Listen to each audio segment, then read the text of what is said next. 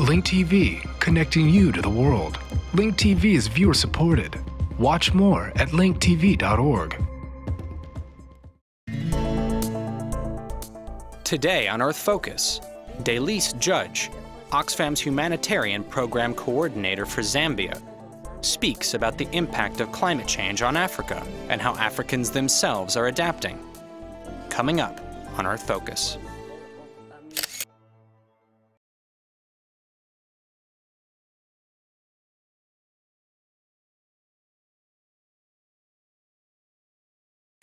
About 64% of the people in Zambia are still living in poverty, and the majority of these are like in rural areas. And so even with a very slight climate shock, on this population that is still living in poverty, it can actually have a very big impact on the people themselves, on their livelihoods, and their poverty levels just actually increase, and they push down the poverty line. And climate change can actually have a huge impact, and we've seen it happening in Zambia, so it's not a story like that is from a distant land. It's just there with us. We live with it, and we see it.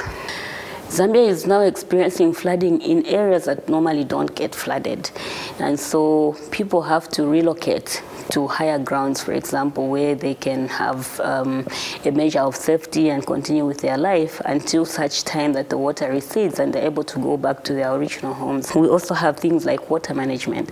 Suddenly we have an abundance of water that we don't expect in a period of time. And maybe like in 3 months, we are good in terms of our water levels. It's there and it's very much available. And soon after, we don't have any water at all. And so decisions also have to change on water management. Cropping season becomes a little bit shorter because the rain starts late and ends quite early. So obviously, the major crops like maize, which is our staple crop, doesn't mature, within that shortened cropping season. And that actually impacts a lot on certain decisions that have to be made. For example, seeding dates. People have to gain that knowledge and, information that the climate is changing, it's varying, it's not like before. And so they need to adjust in terms of the dates when they are supposed to start their planting and their harvesting. They also have changes, in decisions about crop variety, for example, because the variety that was like burst 2-3 years ago might not be the best thing today. So quite a number of things have to change in the way people do their agriculture, the crops that they choose to grow, at what particular time. The yield is also affected. It's not like when they have a normal growing season, so the yield might be reduced because the maize doesn't mature. And oftentimes you would have like a dry spell in the middle of the cropping season. And so it happens at a critical time of the agricultural calendar that the crop doesn't form at all. And that impacts on the food security of the people as well. So you can look at it from a number of angles, but ultimately the livelihood is just disrupted.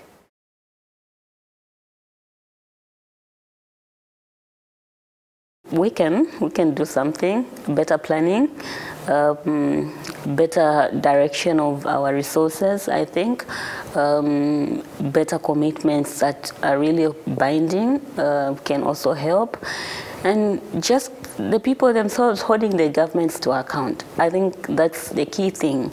If people know what is happening and they know the mandate of the government, they have that information, they will be able to demand, because it's a right that they have.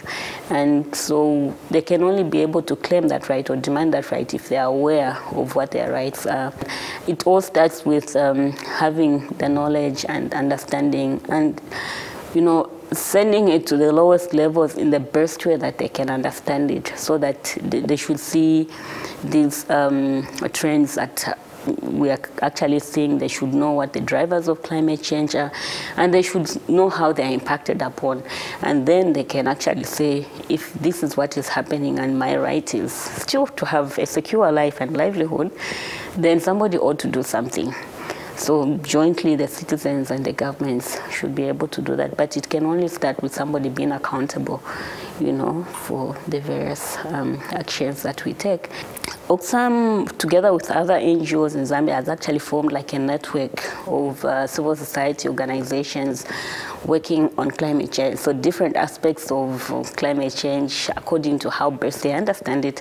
And they're trying to work jointly with the government. And let me just mention that the government has actually given us good space, you know, as NGOs, as civil society, to engage with them on a number of issues. And we've taken opportunity of that to, you know, work with them and support them and also advocate on behalf of the people. We are part of the process. We are part of the discussions on climate change. And I think the consciousness is being raised, and I hope it goes further than that. I really am optimistic that with joint effort, you know, we can do it. And we are going into a global village anyway, so I don't see it as a problem for Zambia. I see it as something that requires collective action, and isn't that what this globalization is all about?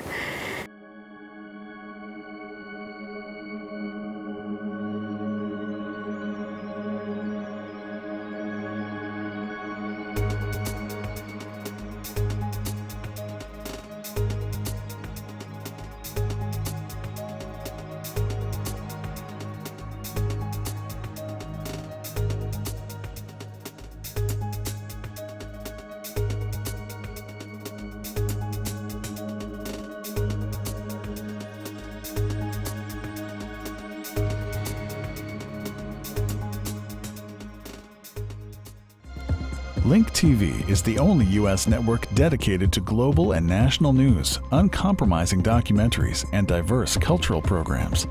Programs which connect you to the world. To learn more, visit linktv.org.